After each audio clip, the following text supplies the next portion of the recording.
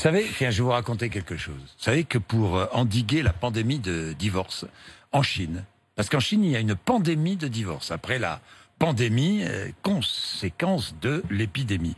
Les autorités ont voté l'obligation, je dis bien l'obligation, de suivre une thérapie dite de refroidissement d'1 mois préalable à toute décision définitive. C'est-à-dire qu'avant de prendre une décision définitive, les couples doivent observer une thérapie de refroidissement. Je ne sais pas trop ce que ça veut dire, la thérapie de refroidissement. C'est pour éviter de prendre une décision à chaud. Si j'ai bien compris, maître Corinne Giudicelli, Yann, bonjour. Bonjour. Vous êtes avocate au barreau de Paris, spécialiste en droit de la famille. Oui, la thérapie de refroidissement, c'est-à-dire qu'il faut attendre avant de décider.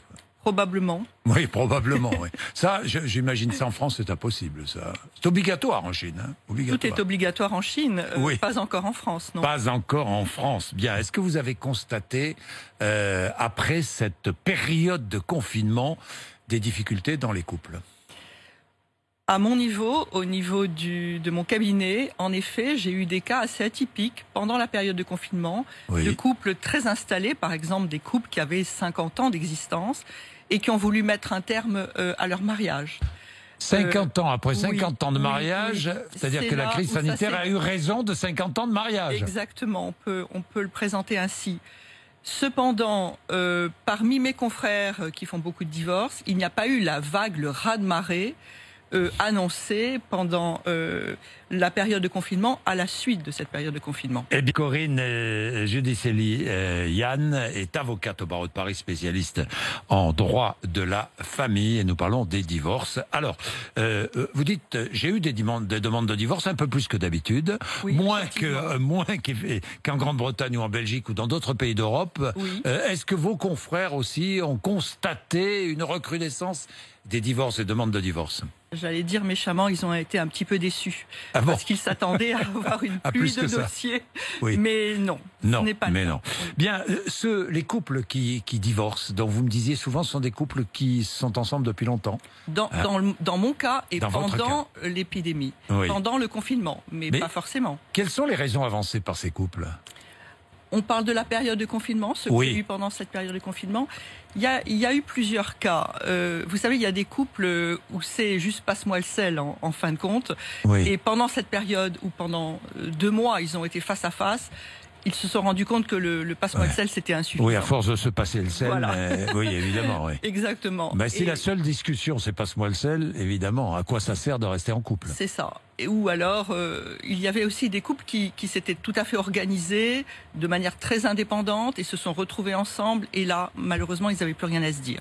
Oui. Et puis, bien entendu... Oui, l'éloignement rapproche ou éloigne, si je puis dire. Si on peut dire. Oui. Ou en tout cas fait ressortir aussi peut-être des problèmes qui étaient sous le tapis et qu'on n'abordait pas et qui ont ressurgi. Là, il fallait véritablement les traiter et ça n'a pas passé. Oui. Puis il y a eu le télétravail aussi.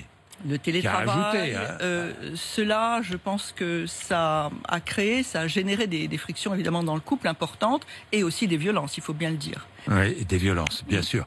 Mais à l'inverse, des couples ont été renforcés par le confinement. Oui, des couples ont été renforcés parce qu'ils se sont mieux connus, parce qu'ils ont finalement pu régler des problèmes qu'ils n'avaient pas le temps de régler, parce qu'ils ont un petit peu dégonflé leur contentieux, si je puis dire, à cette occasion.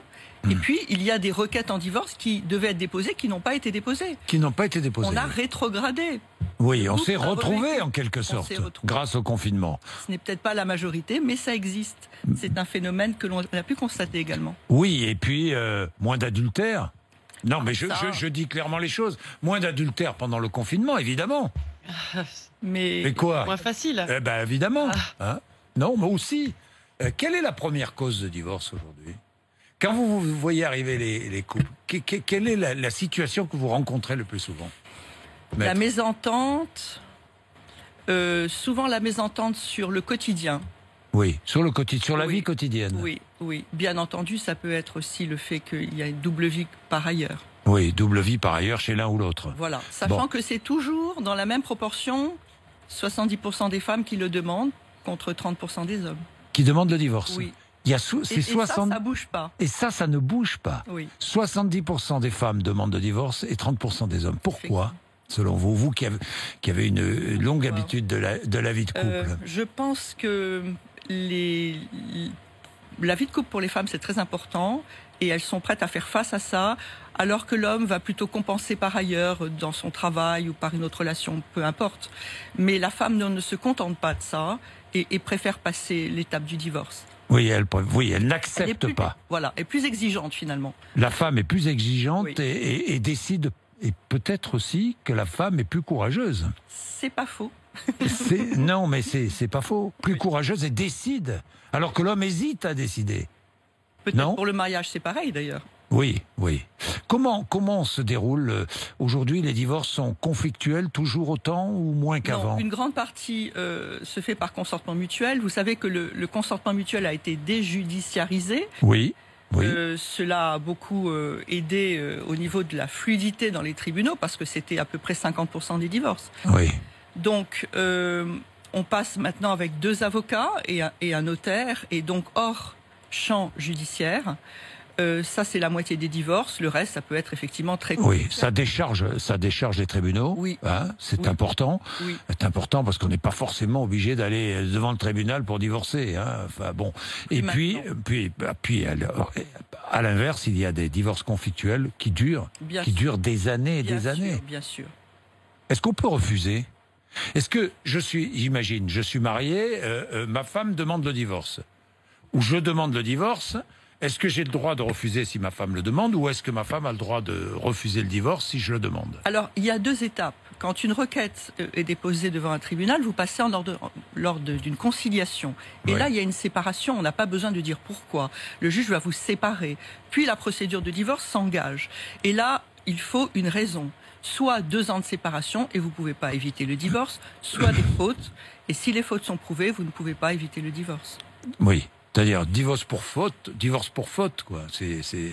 Oui. Ou pour séparation effective. De 2 ans. De 2 ans. 6 ans, c'est passé à 2 ans.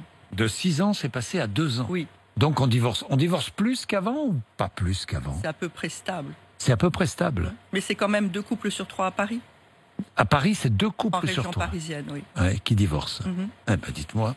Bien, il est 6h49. Pour ceux qui n'ont pas divorcé, ça m'est arrivé une fois, mais pour ceux qui n'ont pas divorcé, non, rien. Il est quelle heure? Il est 6h. Merci, maître.